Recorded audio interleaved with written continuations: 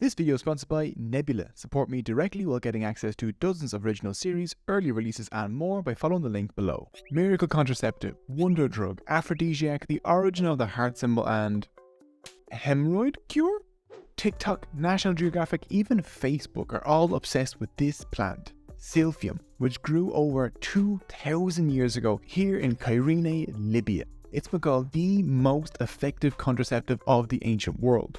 But the ancient Randy Romans boinked this plant into extinction around the 1st century CE, making Silphium the first victim of human-induced extinction. But is this story actually true?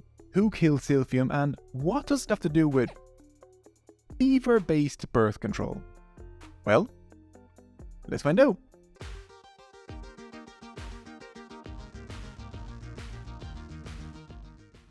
In 637 BC, a black heavy rain hit this small area on Africa's Mediterranean coast.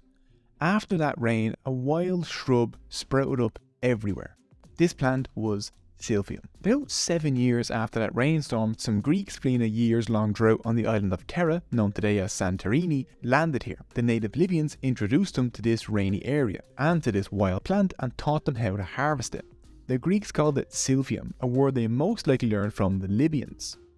So there, 7 years after the heavy rain, the Greeks founded the city of Cairo. Over the next 200 years, Silphium transformed this small town into a major trading power.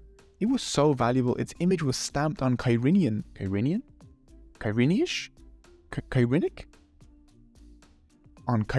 coins, usually reserved for the faces of kings. In 77 CE, Pliny the Elder called Silphium among the most precious gifts presented to us by nature. By the time of Julius Caesar, 680 kilos were in the Roman state treasury alongside gold and silver. The few visual references we have for Silphium come from ancient written descriptions and images on Cyrenian coins, and it seems to have been a type of giant fennel from the genus of plants called Ferula. Silphium was a food, a spice, and the flowers were used to extract perfume. But the most valuable part was the resin made from its sap called laser in Latin. The ancients thought Silphium was medically useful against fevers, coughs and warts. It was a painkiller, it was both a baldness cure and a hair remover, and it was a miracle hemorrhoid cure. The internet is packed full of speculation on Silphium, calling it the ancient world's best birth control and an aphrodisiac that drove Romans crazy, and that it's the origin of the heart symbol. First, let's figure out the aphrodisiac thing. This theory is based on coins and seeds, mostly this specific coin that dates to around 570 to 480 BCE. This seated woman is using one hand to point towards a Silphium plant and the other hand points towards, and I quote here, her reproductive area. Off on the side we see a Silphium seed. This woman is Cairo, the personified figure of the city. She is definitely pointing towards some Silphium there with one hand, but the other hand is just kind of on her lap, like how a polite royal lady might be expected to sit. Ancient Greeks weren't exactly shy when it came to sexualized art, so I think interpreting this pretty stiff image as an advert for an aphrodisiac is a bit of a stretch. The Silphium seeds though do look like an upside down heart. Some scholars have said this symbol is a conscious effort to mimic testicles, which must mean it's an aphrodisiac, it's definitely an opinion. Freud might have something to say about it.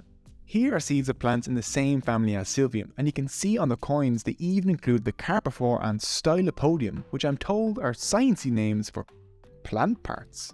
There are no Roman mosaics, coins, nothing with a single romantic heart shape. We have no art of Silphium alongside anything romantic. First reliable image we have of a love heart comes from the 14th century from France. More than 1,000 years after Silphium disappeared, and centuries before hearts and love were commonly associated with each other. Almost every food has been called an aphrodisiac at some point. Chocolate, oysters, the Greeks constantly called onions an aphrodisiac because what could be sexier than onions?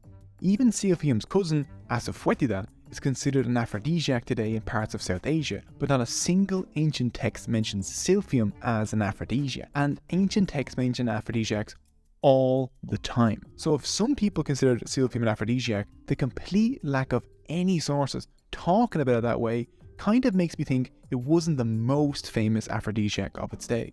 The first mention of Silphium as an aphrodisiac is from 1,000 years after its extinction by Ibn Sina, who says it was both an aphrodisiac and a laxative, which is quite the date night combo. But the biggest flaw in the theory that this Roman aphrodisiac gave us the heart symbol is that Romans never saw these coins. These coins predate Roman rule in Kyrenia by 400 years. Silphium stopped appearing on coins around the early 3rd century BCE, long before Rome conquered the area. These coins never circulated in the Roman Empire. Do you know what the currency of another country was 400 years ago? And you have Googled. The Romans didn't. And since Silphium only grew here, far away from Rome, most Romans never saw these seeds either. And I'm just talking about what the ancients believed, not what was actually real, because there are no existing scientifically proven aphrodisiac, so it probably wasn't the most famous aphrodisiac for the Romans. But was it birth control? This claim might actually have some truth to it. Silphium might have been an ingredient in medicine used as an abortifacient, something that causes abortions, and as an emmenagogic, something that induces menstruation, and a really hard word to say. The popular story insinuates that those randy Romans just loved this easy birth control. But we should keep in mind that pregnancy was commonly a death sentence in the ancient world, and it's still dangerous today. Any birth control would have been vital healthcare. Theophrastus, Soranus, Dioscorides, and Pliny are some of the few sources we have on Silphium, but only Theophrastus had actually seen the plant, and he didn't mention any birth control properties. Dioscorides, a 1st century Greek pharmacologist, said Silphium drunk with pepper and myrrh brings on the menstrual period. Soranus was a 2nd century expert in gynecology, who might have been interested in those anti-hemorrhoid properties. Soranus prescribes several recipes with Silphium that induce menstruation, which not only prevents conception but also destroys any existing, but noted how dangerous these herbs were, saying the evil from these things is too great since they damage and upset the abdomen. While reading all these ancient texts like Soranus' Gynecology and Dioscorides' De Materia Medica, we stumbled across something. It's not just Silphium. These thousands of years old texts mention tons of different forms of birth control and menstruation aids, like artemisia, myrrh, cinnamon, testicle of beaver, rue, and especially pennyroyal. Now, some of these plants, not the beaver balls though, have been found in modern studies to have contraceptive and abortifacient properties. Pennyroyal and rue especially. Pennyroyal and rue are abortifacients and will end the pregnancy, but they do so by poisoning your body, and taking incorrectly will kill you. Seriously, don't take medical advice from old dead dudes and YouTube videos. The origin point for Silphium's fame today is the 1994 book Contraception and Abortion from the Ancient World to the Renaissance by John Riddle. Almost every single article about Silphium references Riddle. Riddle claims anecdotal and medical evidence from classical antiquity tells us that the drug of choice for contraception was Silphium, but nothing so far screams drug of choice. No ancient authors describe Silphium that way. Ancient writers weren't exactly subtle in their descriptions. There's a very blunt joke in a 421 BCE Greek comedy, Peace, where the god Hermes advises Trigayu that he won't have to worry about getting his lady friend pregnant if he adds a dose of pennyroyal. If Silphium was the best birth control, ancient writers would have said it, or at least lended more weight to it than they do to beaver testicles and cinnamon. Soranus does say the recipes involving Silphium stop pregnancy and destroy any existing, but those recipes use Silphium alongside things like rue and myrrh and pennyroyal. Is Silphium the main ingredient here, or is it the more effective rue? Silphium might even have just been added as flavouring to make this stuff more palatable. Pliny and Dioscorides say Silphium helps with farts, pains and menstruation, but explicitly named several other plant species useful for abortion, like the plant that's literally right after Silphium in Dioscorides' book, Sagapen. Pliny called Silphium a precious gift, and Pliny is pretty anti-abortifacient in his book. So either he made an exception for Silphium, or he considered it mostly a menstruation aid, or he primarily associates Silphium with other uses like as a food or spice. This doesn't even take into account that Silphium was worth its weight in silver. It would be like using diamonds or cinema popcorn as birth control. It was so expensive, most people use substitutes. In ancient times, the most common substitute for Silphium was its still existing cousin, F. asafoetida. Now, Ferula asafoetida, when tested, was found to be 80% effective at preventing conception in rats, and only when using an extremely distilled version which ancient people would not have had access to. Which is like something maybe, I don't know, I had to read a whole paper on rat pregnancy, and I'm not leaving that information out. There were hundreds of different methods for controlling fertility in the ancient world, but we lack a lot of the information because essentially all medical works in the West, at least until the 12th century, were written by men. But women and midwives were the practitioners of female reproductive healthcare. The secrets of what plants to gather, how to use them, the non-lethal dosage, and when in the menstrual cycle to take them were knowledge that was transmitted orally. Midwives in ancient Athens would grab some pennyroyal from their gardens. During the Islamic Golden Age, they would have prescribed pennyroyal with some pomegranate pulp, willow leaf, and colocynth. And in Victorian London, midwives had shelves stocked with helpful herbs. In an unbroken chain from woman to woman, midwife to apprentice over thousands of years. In the works of Pliny or Soranus, we're seeing the ghosts of ancient midwives. People mourn the loss of the Great Library of Alexandria, but we cannot fathom how much oral knowledge we lost when hundreds of thousands of midwives were burned as witches in Europe, and in the 19th century when professional male doctors excluded women from medicine. We only catch glimpses of this knowledge when a man wrote it down. Sometimes they got stuff right, and other times you end up with Pliny the Elder saying that if a pregnant woman accidentally steps over a beaver, it will result in an abortion. How do you accidentally step over a beaver? I don't know, but Pliny thought it worked, and I'm certain every woman at the time knew that it didn't. Now, I'm not saying that Silphium definitely wasn't ancient birth control. Lots of ancient authors mention that it brings on menstruation, which does a good job of preventing pregnancy. But most of the online articles talking about Silphium say that it was the most effective ancient birth control. They lack any concrete evidence, and are mostly just grasping on a few lines from Riddle and a possible testicular love heart on a coin. But these articles miss the more interesting story. 1. Ancient authors talked about birth control and abortion and menstruation much more bluntly than I would have expected. And 2. Women in the past had a vast medical knowledge and relied on a variety of plants, not just one miracle one. So if Silphium wasn't nature's greatest birth control, then why was it worth its weight in silver? Silphium, just like pepper, aniseed, cloves and other spices, were shipped into the Mediterranean across the ocean at great expense. In the only existing cookbook from Roman times, written by Apicius, Silphium resin, or its Latin name laser, is mentioned 96 times. Like in this recipe for laser flavour. Laser was in broths, sauces, stews, and flavoured chicken, lamb, hare, boar, seafood, and fat, milk-fed snails. Yes, the book explains how to feed the milk to the snails. Silphium was seen as the perfect spice for tasty dishes like pig's womb, roast flamingo, and pork stuffed mouse. Silphium's crunchable stalks were roasted, sautéed, or boiled. Its roots were eaten with vinegar, and when fed to sheep, it made their meat so tender it was like the Wagyu beef of the ancient world. If you're sad that you can't enjoy Silphium flavoured milk snails, you can be just like the ancients and use its plant cousin, Asafoetida, instead. In Roman times, Asafoetida grew in Iran, Syria and Armenia, and was the cheap and then only alternative after Silphium went extinct. Their resins probably had quite similar flavours, but while Silphium was known for its sweet fragrance, Asafoetida stinks. The Latin name Asafoetida literally means fetid gum, and it's also known as devil's dung. So, here it is. Oh! It was a mistake to put my whole nose in. Yeah, it has old, garlicky, dry onion, like very strong sock kind of smell. Like it. Ah. Yeah, it's death. Like, I'm gonna eat one. You're supposed to, when you make food with this, you're supposed to grate it. Like a tiny bit.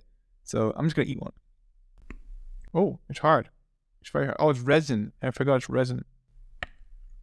Oh, it's very hard.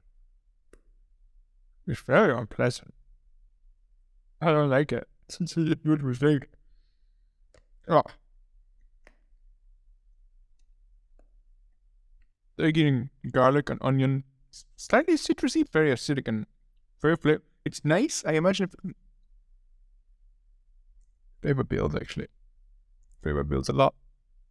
But I can taste how it's good. I can taste like where it would be nice in food. It's just not nice to eat all at once. This ingredient is still very popular in Central Asia and India under the name hing, and it's probably sitting on the shelf of your local Asian grocery store. Okay, so it was a tasty spice, but Why did they eat it into extinction? Did they eat it into extinction? In 96 BC, the Cyrene region was annexed by the Romans. A century later, Pliny said Silphium no longer exists.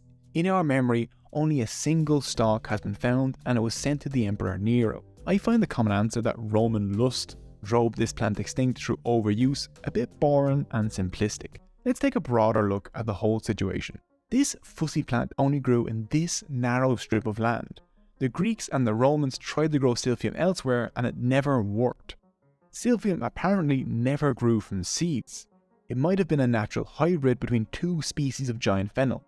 When two species breed a new one, like when donkeys and horses make a mule, the hybrid is usually infertile. So Silphium might have reproduced asexually, spreading its roots to grow new plants, which kept it contained to a small area. Prior to Greek colonization, the indigenous Libyans cycled between farming and nomadic herding, allowing their fields to rest in the summer while the nomad sheep grazed on it. Their poop fertilized the fields with rich manure as it rested. Now, the sheep's poop, although maybe the nomads too. At first, the Greeks continued this practice, but by the 4th century BC, the rapidly expanding population of Cyrene and the demand for wheat in Europe required more intensive agriculture. Barley is more suited for Cyrene's climate, but the Romans, a huge importer of grains from Cyrene, preferred wheat. Alongside this, the growing population of Cyrene cut down more forests to create more living space and to create new farms. Deforestation resulted in less reliable rainfall, higher and less stable temperatures, and eroded the soil. Theophrastus noted that as land is brought under cultivation and tamed, Silphium retires. Things got even worse when Rome took over. We know from Theophrastus that the Greeks had regulations about how much of the root could be harvested at one time, because if enough fruit was left in the ground, it would grow back. Now, you might be wondering why farmers would risk extremely valuable Silphium to grow basic food crops. The thing is, most of them were impoverished tenant farmers who lived under Greek and then Roman landlords. These landlords preferred short-term profits over the more sustainable practices the Greeks learned from the Libyans. Instead of allowing the soil to rest a year to rejuvenate itself, they planted summer crops. This placed more stress on the land, and the summer crops led to conflicts with the nomads whose sheep could no longer graze or provide their precious poops. Economic pressures forced farmers to cultivate more land in order to pay their landlords, which caused more ecological distress, which meant more land had to be cultivated. As Silphium became rarer, it became more valuable. More people tried to extract more wealth from less Silphium, chopping it from the root, while cropland expanded over any land the Silphium could retreat to, and some farmers allowed their sheep to graze on the Silphium in the hopes that they could sell their meat for a higher price. Pliny, being a wealthy Roman, kind of shows his bias when he ignores the dozens of problems affecting the environment and blames the extinction solely on the poor farmers and their sheep. It wasn't just the farmers, and they weren't greedy. They were paying their rent, so the desperate Romans tried to save the Silphium. Not by changing from wheat to barley, not by stopping deforestation, and not by reducing the farmers' financial burdens. They fenced off the Silphium fields to conserve them.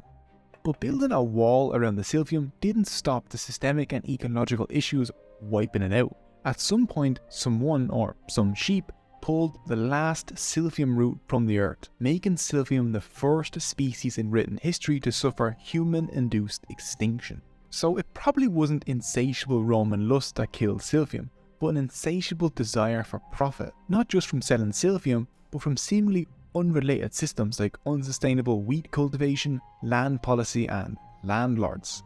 The pursuit of short-term profit threatened biodiversity and destroyed economic success. For at least 6 centuries, Greeks and Libyans got rich harvesting Silphium sustainably, and then policy changed, Silphium vanished, and Cyrene lost all the wealth it provided. But maybe Silphium isn't lost. Since at least the 1500s, people have been looking for it and have named dozens of potential candidates.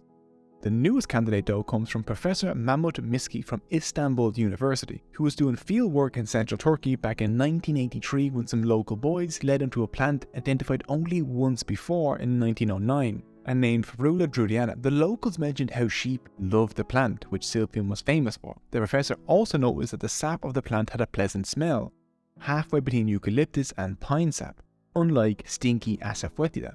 Ferula druidiana also grows in areas where there were once ancient Greek settlements. Professor Miski hypothesized that maybe 2,000 years ago a Greek trader successfully planted Silphium from Libya here and somehow it went under the radar. Juliana is very hard to cultivate just like Silphium, and chemical analysis of the root shows that the plant has cancer-fighting and anti-inflammatory properties.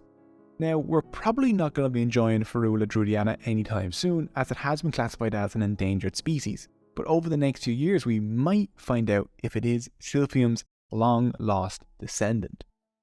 This video was about a fairly mature topic, and so it might be demonetized by YouTube, and that's a risk I am willing to take because I have Nebula, home to tons of high quality content made without the pressure to serve YouTube's algorithm, such as the Nebula original series Modern Conflicts by Real Life Lore, an entire series about wars and diplomacy that shaped our world. Topics like the war in Tigray are important to understand, but will be impossible to cover with YouTube's censorship. But Nebula provides a space for this incredible and addictive series. There are tons of Nebula originals like Real Engineering's Battle of Britain series, Neo's Underexposure series, or even some really niche stuff like an entire video about the theme song from Charmed, or a video on the importance of RuneScape in Venezuela's economy. Nebula is a creator-owned and operated streaming service that Cogito and some of our creator friends built, where you can watch some of the best educational content ad-free, uncensored and earlier than YouTube. This video was on Nebula days ago and without this ad. Creators like Extra History, Johnny Harris, Jetlag and many others released their videos on Nebula a week before YouTube.